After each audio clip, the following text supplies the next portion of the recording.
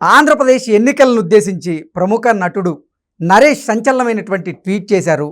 ఈసారి అధికార మార్పిడి జరిగే లోపు రక్తపాతం మెండుగా జరగబోతోంది అనేది నా నమ్మకం అంటూ కూడా ఆయన ఒక ట్వీట్ చేసినటువంటి నేపథ్యంలో ఈ ట్వీట్ ఇప్పుడు సర్వత్రా చర్చనీయాంశంగా మారింది.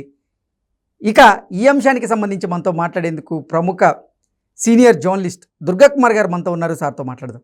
సార్ నమస్తే. సార్ నమస్కారం కృష్ణ గారు, వీక్షకులు కూడా. సార్, ఆంధ్రప్రదేశ్ రాజకీయాలను ఉద్దేశించి నటులు నరేష్ గారు సంచలనమైనటువంటి ట్వీట్ చేశారు. ఈసారి ఆంధ్రప్రదేశ్లో అధికార మార్పిడి జరిగే లోపు రక్తపాతం కూడా జరిగే అవకాశం ఉందనేది నా నమ్మకం అంటూ కూడా ఆయన ట్వీట్ చేయడం జరిగింది. ఏంటి సార్ ఆయన ట్వీట్ వెనక కారణం ఏమై ఉండొచ్చు? ఎందుకు ఆయన అటువంటి ట్వీట్ చేశారు అంటే ఏం చెప్తారు సార్?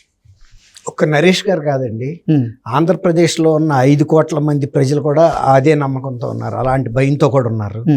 తర్వాత ప్రతిపక్ష నాయకులు, వివిధ రాజకీయ పార్టీలకు చెందిన నాయకులు, ఒక్క అధికార పక్షం నాయకులు తప్ప మిగిలిన వాళ్ళందరికీ భయంగానే బతుకుతున్నారు.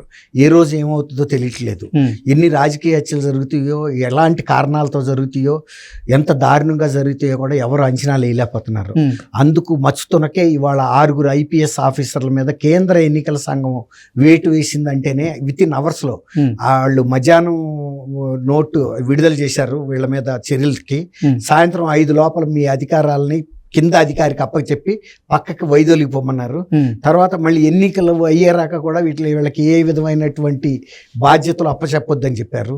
తర్వాత వీళ్ళు గత కొద్ది రోజులుగా అంటే ప్రధానమంత్రి ప్రజాగళం ఆ సమయంలో జరిగినటువంటి వైఫల్యాలు, రాజకీయ హత్యలు దారుణంగా జరగడంతో వెంటనే వీళ్ళ మీద విచారణ జరిపి నివేదిక పంపమని రాష్ట్ర ఎన్నికల అధికారికి ఆదేశించారు. ఆయన పిలిపించి మాట్లాడాడు, నివేదిక పంపారు, వెంటనే చర్యలు తీసుకున్నారు. ఏమనుకున్నారంటే ప్రజలు కూడా ఏదో అడిగారే తప్ప ఇంత చర్య తీసుకుంటారని ఎవరు ఊహించలా. IPS అధికారులు కూడా తక్కువ అంచనా వేశారు, IAS అధికారులు కూడా తక్కువ అంచనా వేశారు. వచ్చి హోటల్లో రెండోసారి వచ్చి హెచ్చరించినప్పుడు కూడా వీళ్ళకి ఆనలా. ఇప్పుడు 3 జిల్లా కలెక్టర్ల మీద వేటు పడిందంటే చిన్న మాట కాదండి. ఇప్పుడు యువజన శ్రామిక రైతు కాంగ్రెస్ పార్టీ జగన్మోహన్ రెడ్డి గారు తండ్రి కూడా ఆయన టైంలో కూడా ఇలాంటి అక్రమాలు, ఎన్నికల అక్రమాలు కాదు, అవినీతికి సంబంధించిన అంశాలు అక్రమాల్లో ఇప్పుడు చీఫ్ సెక్రటరీగా పనిచేసిన శ్రీదేవి గారు కూడా జైలు పాలు అయ్యారు, అనేక మంది అయ్యారు. BP ఆచార్య లాంటి సీనియర్ అధికారులు. అప్పుడు కూడా ఆమెకి మళ్ళీ రెండోసారి కూడా ఇక్కడ వచ్చి మళ్ళీ అవే పనులు చేసిన మళ్ళీ రేపు ఈ ప్రభుత్వం పడిపోయిన తర్వాత కూడా రేపు ఏమన్నా చర్యలు తీసుకుంటే మళ్ళీ శ్రీలక్ష్మి గారికి అలాంటి ప్రమాదం. శ్రీలక్ష్మి గారికి వదిలేయండి, ఇప్పుడు ఎన్నికల నిర్వహణలో వీళ్ళు ఇంత ఘోరమైన పరిస్థితిలో ఒకే రోజు 9 మంది అఖిల భారత సర్వీస్ ఉద్యోగులు ఆంధ్రప్రదేశ్ లాంటి చిన్న రాష్ట్రంలో సస్పెన్షన్ గురయ్యారంటే వీళ్ళు ప్రభుత్వానికి అడుగులకు మడుగులొత్తుతూ వాళ్ళు చేయమన్న అక్రమాలు, అన్యాయాలు, తర్వాత వాళ్ళు హత్యలు చేస్తుంటే కళ్ళు మూసు కూర్చుంటామని ఒప్పుకుని ఇవాళ వీళ్ళు బాధల్లోకి పడ్డారు. కాబట్టి ఇంత జరుగుతున్నప్పుడు ఆంధ్రప్రదేశ్ ప్రజలు ఎవరు ధైర్యంగా లేరు. కానీ ఇవాళ కేంద్ర ఎన్నికల సంఘం ఇంత నిర్దిష్టమైన ఆదేశాలు, ఇంత కఠినమైన చర్యలు తీసుకోబట్టి వాళ్ళ నమ్మకం కుదురుతుంది. ఈ ఎన్నికల్ని వీళ్ళు అధికార పక్షం రక్తపాతంతో చేయాలని చూస్తున్నా కూడా కేంద్రం కనుక 3వ కన్ను తెరిచిందంటే వీళ్ళు భస్మం అయిపోతారు. ఏ పోలింగ్ బూతుల దగ్గర రక్తపాతం వీళ్ళు చేయలేరు. మనం ప్రశాంతంగా స్వేచ్ఛగా వెళ్ళి మనం కోరుకున్న అభ్యర్థికి ఓటేసి రావచ్చు. ఇప్పుడు ఆయన కూడా ఏమన్నాడు, అధికార మార్పిడి జరగబోయే ముందు అన్నాడు. సార్ ఇంకోటి, ఇక్కడ అసలు ఆంధ్రప్రదేశ్లో అధికార మార్పిడి జరగబోతుందని నరేష్ గారు భావించారా? అందుకే ఇటువంటి కమెంట్స్ చేశారా అంటే ఏం చెప్తారు? నరేష్ గారు కూడా తెలుగువాడే కదండి, విజ్ఞత ఉన్నాడే కదా. ఒక సాధారణ పౌరుడు కూడా ఆంధ్రప్రదేశ్లో ఈ ప్రభుత్వం, ప్రస్తుత ప్రభుత్వం కొనసాగితే మన మనుగడ లేదు, ఆర్థికంగా లేదు, బిడ్డలకి ప్రయోజనం, బిడ్డలకి ఉపాధి దొరకదు, మన జీవితం దుర్భరం అవుతుంది, మన జీవితాలకు భద్రత లేదు. ఇలాంటి ప్రభుత్వాన్ని వాళ్ళకి సొంత కుటుంబ సభ్యులనే వాళ్ళు చంపేసి వచ్చిన వాళ్ళు మనని ఎందుకు చూస్తారు?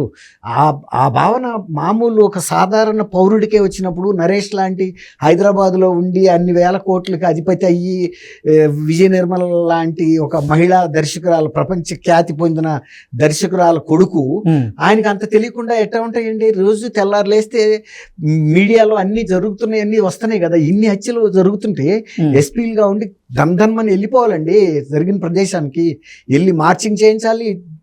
ఎవడైతే హత్యలు చేస్తున్నాడో, ఇలాంటి రాజకీయ హత్యలు, పార్టీ ఎవడన్నా కానీ తీసుకొచ్చి జైల్లో పారేయాలి, కోర్టు ప్రొసీడింగ్స్ మొదలెట్టించాలి.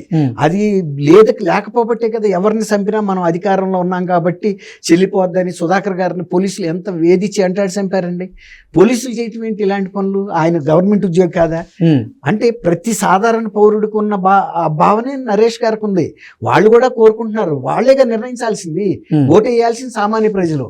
వాళ్ళు ఇట్లాంటి ప్రజా వ్యతిరేకమైన కార్యక్రమాలు చేస్తున్న ప్రభుత్వానికి ఎందుకు ఓటేస్తారని? వాళ్ళ బిడ్డలను వాళ్ళు చంపుకుంటారా? వాళ్ళ బిడ్డలకు ఉద్యోగం భవిష్యత్తు లేకుండా వాళ్ళు చేసుకుంటారా? రాష్ట్ర భవిష్యత్తు లేకుండా చేసుకుంటారా? భవిష్యత్తు లేని రాష్ట్రంలో వాళ్ళు ఎలా బతుకుతారు? జీవనోపాధి చాలా మంది ఈ ప్రభుత్వం కనుక వస్తే మేము రాష్ట్రం విడిచిపోవాల్సిందేనే. జీవనోపాధి కోసం ఎంతమంది వెళ్తారా? రోడ్డు ప్రమాదాల్లో చనిపోలేదు. ఇవాళ బెంగళూరు, హైదరాబాద్, చెన్నైలో తెలుగు వాళ్ళు ఎంతమంది చిన్న చిన్న పనులు చేసుకుని బతకట్లేదు పొట్ట నింపుకోవడానికి? ఏ ఉపాధి లేకే కదా. గతంలో హాయిగా అక్కడ బతికారు వాళ్ళు, కానీ ఇవాళ అక్కడ ఏ ఉపాధి లేదు. వెళ్ళిపోవాల్సిందే. పుట్టిన ప్రతి బిడ్డ ఆంధ్రప్రదేశ్ నుంచి బయటకు వెళ్తే బతుకుతాడు, అక్కడ ఉన్నాడు వాడు అయిపోయినట్టే. ఊళ్ళల్లో ఇసుక రాక పనులు దొరక్క లేడీస్ ఎంతమంది వాళ్ళ సోషల్ మీడియాలో వచ్చి చెబుతున్నారండి, ఇసుక దొరక్క మా భర్త ఇంట్లో పడుకుంటున్నాడు, ఏమీ పని లేదు, కుటుంబం సాగట్లేదని చెప్పి కన్నీళ్ళు పెట్టుకోవట్లేదా? అలాంటప్పుడు ప్రతి సాధారణ ఓటర్ కూడా ఈ మార్పు కోరుకుంటున్నాడు వాళ్ళ భవిష్యత్తు కోసం. ఇప్పుడు ఎవడో భవిష్యత్తు కోసం వాళ్ళు ఈయన పెట్టరు కదండి జగన్మోహన్ రెడ్డిని. ఇప్పుడు ఒకసారి అడిగారు, ఇచ్చారు, తప్పు పడ్డారని తెలుసుకున్నారు. కుటుంబ సభ్యులు కూడా చెబుతున్నారు, గతంలో ఇతను ఇట్లా ప్రవర్తించలేదు, ఒక అపరిచిత వ్యక్తి ఈయనలో ఉన్నాడని మాకు తెలియకే మేము కూడా మిమ్మల్ని వచ్చి అర్థించి. వాళ్ళ విజయం గారు చెప్పింది హైదరాబాద్ లో విలేకరులు అడిగితే, ఎందుకు అయ్యా జగన్ పాలన గురించి ఇక్కడ ఉంది అంటే, అది ఒక ఏదో ప్రభుత్వం అనే కదా.